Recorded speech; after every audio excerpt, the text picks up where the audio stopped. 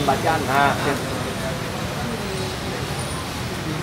setelah mendengar laporan informasi dari masyarakat, unit 1 yang dipimpin AKP Arif itu menindaklanjuti informasi tersebut, dan kemudian di lobi di sebuah gedung di daerah Setiabudi, Jakarta Selatan, di lobinya itu kita amankan 2 orang, inisialnya ITY dan RE. Pasca diamankan, kami lakukan penggeledahan. Di dalam mobil ditemukan ada 2 butir pil Happy Five. Kemudian dilanjutkan lagi diperiksa ke kos-kosannya. Itu ditemukan lagi ada 3 butir. Kami juga terus melakukan pengembangan. Dari situ didapati bahwa ITY mendapatkan barang-barang tersebut dari seseorang perempuan inisialnya dengan. Dan kemudian kita kejar, kita dapati juga dalam penggeledahan itu ini barang-barangnya. Jadi masih ada sekitar 37 butir pil Happy Five. Kami juga melakukan penggeledahan di kediaman saksi RE. Nah, itu kami temukan ada Xanax yang masuk psikotropika golongan 4. Tapi ini masih kami lakukan pendalaman, sebetulnya barang ini milik siapa. Karena kami temukan itu bersamaan dengan obat-obatan yang merupakan milik mantan suaminya RE. Memang benar pada hari Sabtu pukul 23.00 dan kami dari unit 1 Sat Narkoba Polres Metro Jakarta Barat menindaklanjuti atas adanya informasi dari masyarakat terhadap penyalahgunaan narkoba. Ya, awalnya kita belum mengetahui ya, secara detail dan pasti, namun untuk merespon sebagai langkah penegakan hukum, kami mengambil tindakan. Ya. Jadi pada pukul 23.00 pada hari Sabtu, kami mengambil tindakan hukum di wilayah sekitar wilayah Setiabudi, ya, salah satu pergedungan. Ya, di Setiabudi kami amankan 2 butir itu kami pada saat melakukan pemeriksaan di dalam unit mobil milik RE. Ya. Lalu pada saat melakukan pemeriksaan secara mendetail, kami menemukan 2 butir. Diketahui bahwa berjenis Happy Five. Ya, 2 butir itu berada di tas milik asistennya RE, ya, dengan inisial ITY. Nah, selanjutnya kami melakukan lidik lagi pengembangan mengarah ke salah satu rumah kos, ya, di wilayah Benhil. Rumah kos ini diketahui ditinggali oleh ITY. Pada saat pemeriksaan di dalam rumah kos kami temukan 3 butir. Terus kami melakukan analisa dan interogasi secara mendalam. Kami menemukan inisial DF, ya, sebagai pemasok. Mengulangi, sebagai pemasok daripada 5 butir Happy Five yang sudah kami amankan. Ya, lalu kami memeriksa data secara lengkap. Kami melakukan penggeledahan di salah satu apartemen di wilayah Gandaria, Kebayoran Baru, di mana apartemen tersebut dihuni hanya oleh saudari DF. Dan di situ kami temukan 37 butir.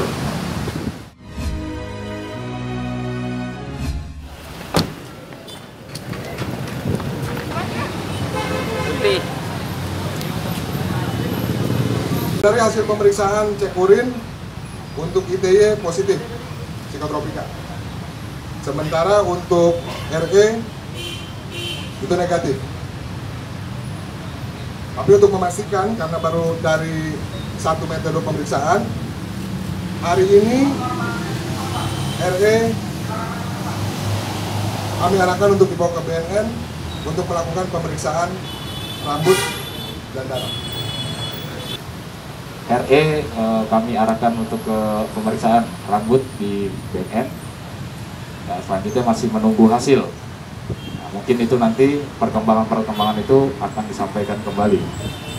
Jadi supaya pemeriksaan ini memang kami menunjukkan pemeriksaan ini dilakukan secara transparan. Ya.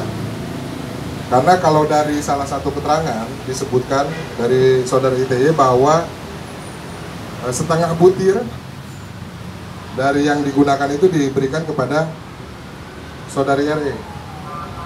Tapi di dalam pemeriksaan urin itu kemarin hasilnya negatif. Ini mungkin kadarnya terlalu kecil atau hal-hal lain, maka itu untuk memastikannya apakah benar saudara RE ini menggunakan psikotropika atau tidak, itu kami adakan uji yang lain. Demikian, Pak. Ini masih dalam pendalaman kami. Sudah berapa lamanya alasan dia menggunakan narkoba itu masih dalam pendalaman kami. Nanti hasil pemeriksaan yang bisa kami sampaikan akan kembali kami beritakan kepada awak media. Tidak ditawarkan atau diberikan oleh ITY. Itu sementara hasil pemeriksaannya. Ini yang masih kami dalami. Itu kira-kira 2-3 hari sebelum diamankan. Sementara kita menunggu hasil itu untuk kami nanti bisa menentukan langkah-langkah selanjutnya. Nanti kami koordinasikan dengan BNN. Kalau kami sudah dapat informasinya, kami akan sampaikan kepada media. Kalau dalam keterangannya ini yang masih kami dalami, karena kalau dari RE yang bersangkutan tidak menggunakan psikotropika tersebut. Ini tim terus melakukan pendalaman terhadap kasus ini. Ya, kami akan terus mengembangkan ya, baik dari mana barang-barang tersebut berasal lagi.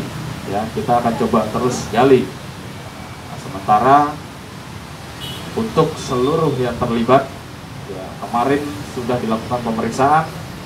Dan untuk ITY dan DF sudah memenuhi syarat ya, sebagai atau dinaikkan statusnya sebagai tersangka. Ya, sementara untuk saudari RE, ya, kami masih melakukan kajian-kajian ya untuk menemukan ya, atau untuk mensinkronkan ya data yang kami dapat. Untuk mengarah ke hal selanjutnya. Ya, sementara kita masih menunggu. Jadi yang dikenakan untuk kedua orang yang kita sudah naikkan status sebagai tersangka itu di pasal 60 dan pasal 62 Undang-Undang Psikotropika, Undang-Undang Nomor 5 Tahun 97. Itu ancaman hukumannya maksimal 15 tahun penjara. Nah, sebetulnya kemarin kalau boleh kami cerita, sebetulnya ini kan kasusnya sedang kami kembangkan. Tapi entah dari mana wartawan atau rekan-rekan media sudah mendengar informasi ini. Jadi memang waktu terekspos ini akan lebih sulit untuk penyidik melakukan pengembangan yang mendalam. Karena karakternya kasus narkoba itu melibatkan jaringan yang besar. Tapi kami mohon doanya, kami akan terus melakukan pengembangan kemana saja sebetulnya jalur peredaran narkoba ini. Jadi belum bisa kami simpulkan bahwa sebenarnya bukan DF ya, DV atau DN, bukan DF, DV atau DN itu kemana saja dia supply. Ini masih di dalam proses pemeriksaan dan kami juga masih akan mengembangkan dari siapa DV atau DN ini kemudian mendapatkan barang-barang orang tersebut. Ririn, konfirmasi dikit dong Ririn. Gimana tuh setelah pemeriksaan?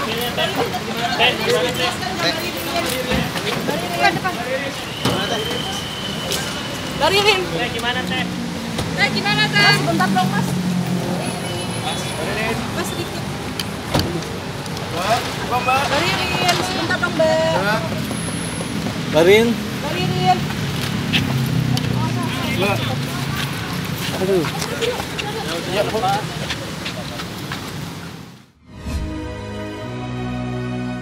Oke, jadi kalau untuk pemeriksaan dengan tes rambut itu dari BNN membutuhkan waktu sekitar 3 sampai dengan 5 hari kerja.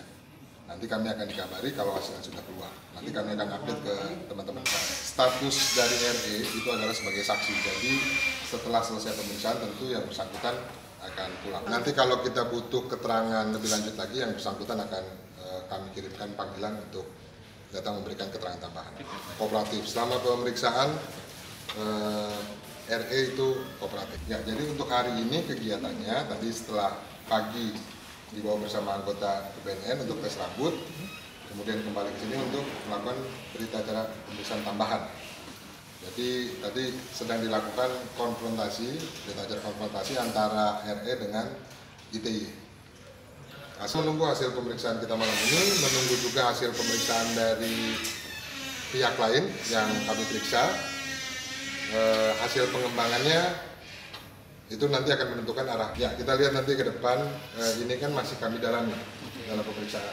Tentu akan kami panggil pihak-pihak yang terkait untuk bisa menjelaskan sebenarnya Sanax ini bagaimana bisa berada di kediaman RE.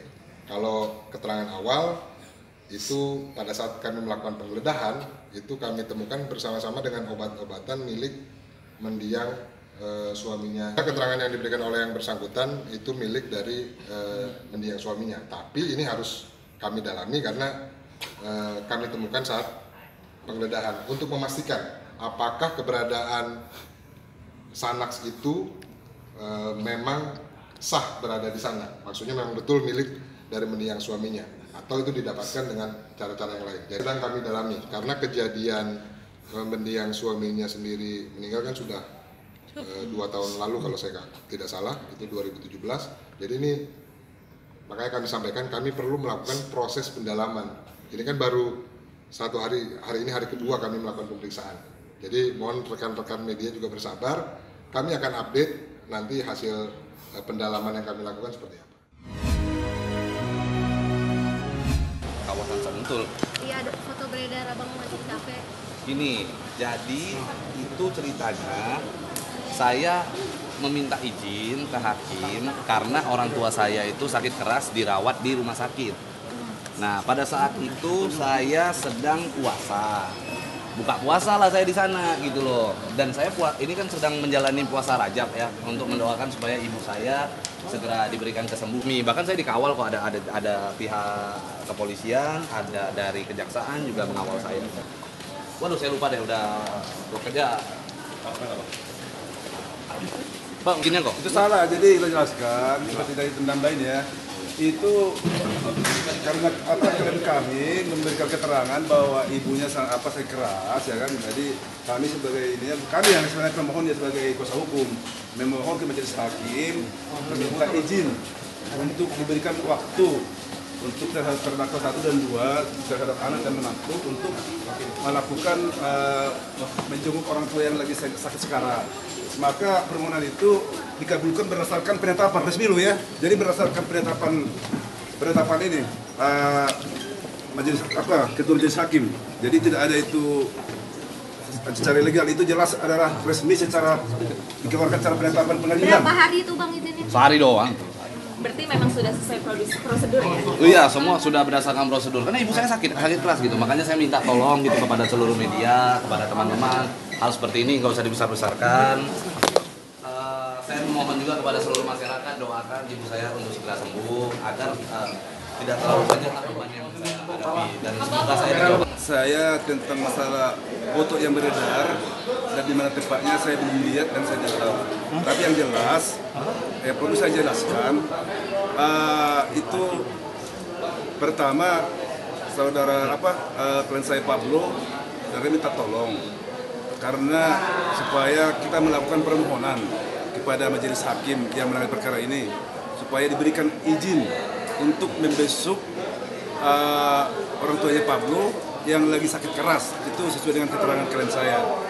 Maka berdasarkan dasar itu kami secara resmi sidang, kalau ingat pas sidang terakhir Rabu ya, kita secara resmi itu mengajukan permohonan kepada majelis hakim, dan kita juga buat juga tembusannya kepada Kejaksaan Negeri Jakarta Selatan. Kita juga buat juga tembusannya kepada Dirtati Polda Metro karena terkait dengan penanganan di sana. Maka hari Kamis itu keluarlah penetapan tersebut. Jadi terhadap permohonan kita itu dikabulkan dan diberikan izin. Dan memang di dalam permohonan itu pun kita minta bahwa terdakwa ini dalam hal membesuk untuk melihat orang tua yang sakit dikawal oleh jaksa penuntut umum, kalau dari ada petugas dari kejaksaan maupun dari tugas kepolisian, dan itu dilaksanakan, dan itulah yang terlaksana. Yang terlaksana. Jadi tentang mereka yang ke Sentul itu ya, kalau secara KUHP ya itu legal dan itu sah secara hukum karena itu berdasarkan penetapan pengadilan.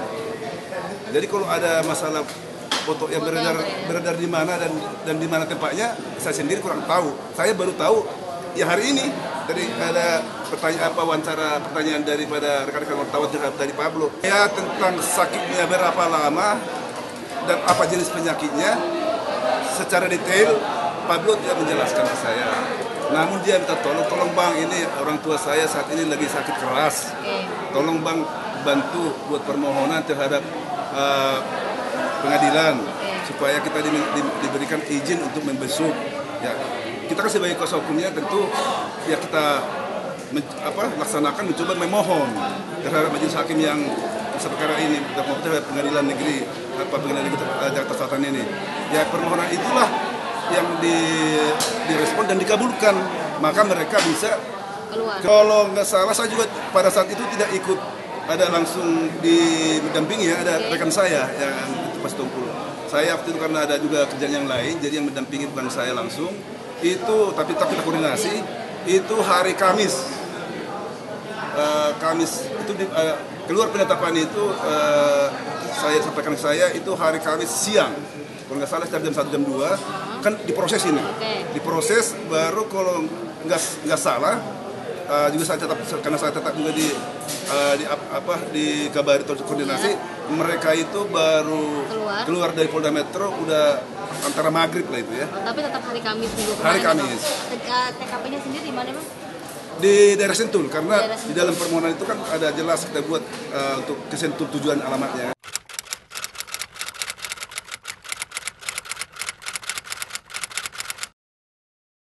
Jadi jangan lupa untuk subscribe Cumi Cumi. Ditekan ya tombol lonceng merahnya.